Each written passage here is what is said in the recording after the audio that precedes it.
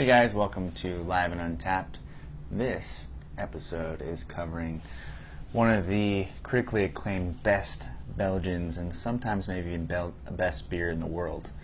I've never had it, so I'm excited about trying it because I've had some good ones that are up there on the scale of best quads, best beer, things like that. But I've always been recommended to drink this one, and it didn't come until tonight, or this opportunity didn't come until I found it in a 12 ounce because personally I didn't want to drink a whole 22.5 by myself. I think they're like $15 or $18. Eventually I'd like to do that, maybe have someone over on the episode. But I found this 12 ounce, which was perfect. It gives me a little taste of it, see how I like it, see how it stacks up, things like that. So let's jump into what this beer is. This is a St. Bernardus ABT 12. It is a Trappist beer, which means it's brewed with the traditional recipes or traditional, not behaviors, but recipes, the yeast sometimes, or it's brewed in the same walls of the abbeys. From what I've read on Wikipedia, it's kind of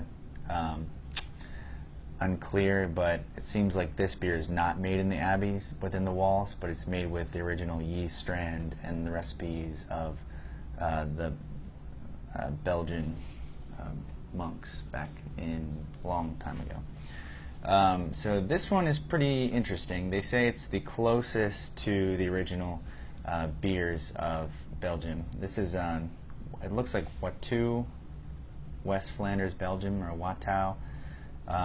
There's a lot of history behind it, so it's pretty cool to have a beer with so much history, and that's the cool thing about these Trappist beers. To me, I see them as like a time machine for your taste buds, because you're drinking beer that they drank in probably the same fashion, carbonation, flavor, gravity, all that, but it's today, 2016. So it's like a time machine, or not time machine, but a time capsule for beer. That's why I like it. I like the tradition, the history, and all that. I also do like Belgian styles, and these American Belgians that come out are very good because they're floral and hoppy, not hoppy, but sweet, really balanced, malty. I enjoy that. So I'm anxious to see how I like arguably the best beer in the world, or #1 beer in the world, or Belgium. It has 99 on Beer Advocate for all the users, 98 on Beer Advocate. On Rate Beer it has like 100%. So let's see. I don't know if I'll like it. Everyone's palate's different, so let's try it out. Unfortunately, this is the widest glass I have. Normally with these kind of Trappists, you want to have a Trappist glass, which is a big wide berth and kind of high walls. This is a standard tulip glass, so it'll be okay. Just have to let it sit for a little bit. Alright, cool cap already. This is weighing in at 10 ABV, I forgot to say that. Made with Belgian hops. I couldn't find out what they were, but maybe that's part of the secret. So let's give it a pour. So with it being a high alcohol, it's going to be, shouldn't have much head, but honestly it's already starting out well. I guess 10 is not too high. I try to let this warm up too, because it recommends to be served. It says between 52 degrees and 56, so it's pretty narrow. Sorry, I'm distracted about not overpouring. Pretty narrow temperature gauge. Yeah, 52 to 56. So hopefully it's around there. We'll see. Cool logo on it. That must be St. Bernard. I don't know.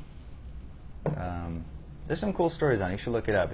Apparently there was a movement where they had to take the monasteries out of the town they were in France, I guess, and they were moved to Belgium. Then there's a cheese factory that was owned by St. Bernard, and they switched over owners of the brewery from the monks to the cheese factory, and that's what became St. Bernardus. There's more to it.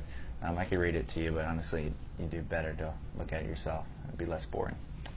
So if we're looking at the color, it's a super dark. I mean, this is very dark Belgian. I've never seen a Belgian this dark. And I am pretty new to Belgians. I've only had probably 12 different types. I've had all the, yeah, I mean, you can check my Untapped and see all the different Belgians I've had. The head is very pale, has that toffee off-white color, very deep color in the body. I can't even really see through it. I'm looking at the light over here. Just very dark. At the very bottom, I can start to see some light through, but it looks like a plum all through and through.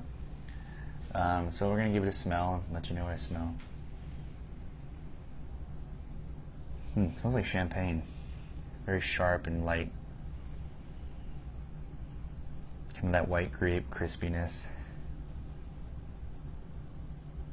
And I guess it's the typical yeast for these Belgians, but I smell them in every single Belgian I smell. It's that, I don't really know how to describe it, but it's kind of a bready, citrusy, light yeast smell.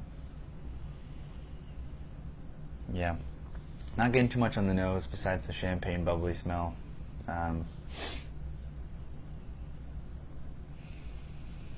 White grape is one of the biggest things I smell, but yeah, you know, it's kind of typical. So what we're going to do is take a sip and see what we think.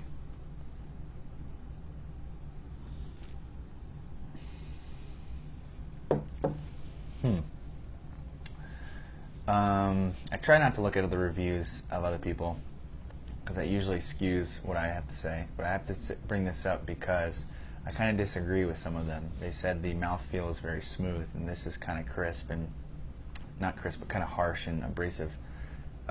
It is smooth as you drink it, but the mouthfeel initially is very bubbly and crisp and not very. I wouldn't say it's smooth, so I have to disagree with that reviewer.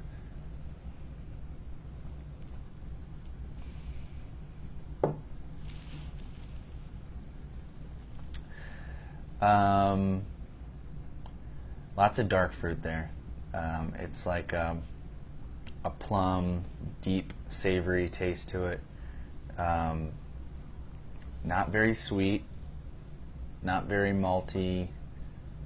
Does not taste anywhere close to 10%. Maybe on the very back end of it, a little bit of alcohol in the taste, but really smooth as far as that's concerned.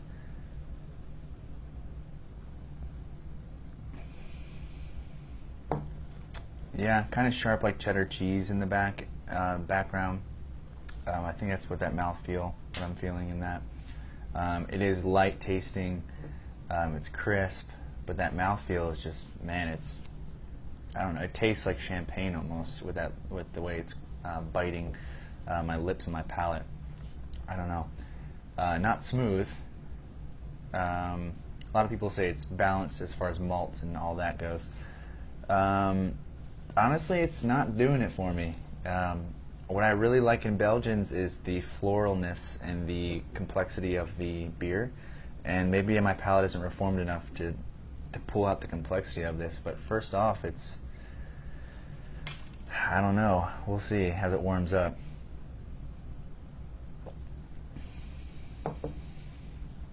Okay, so I'm getting some cherries and like black cherry taste to it. Maybe it's just not what I prefer in a Belgian. It seems to be changing tastes in my mouth as I'm talking about it. So I'm sure this is going to be a really good beer just to sit back and sip and savor. I don't know if I'd ever get it again. I'd be interested in hearing from any of you guys that like this, why you like it. It's not that I dislike it. It's just not my favorite Belgian. But that said, very good crafted beer, just maybe not my cup of tea, as they would say.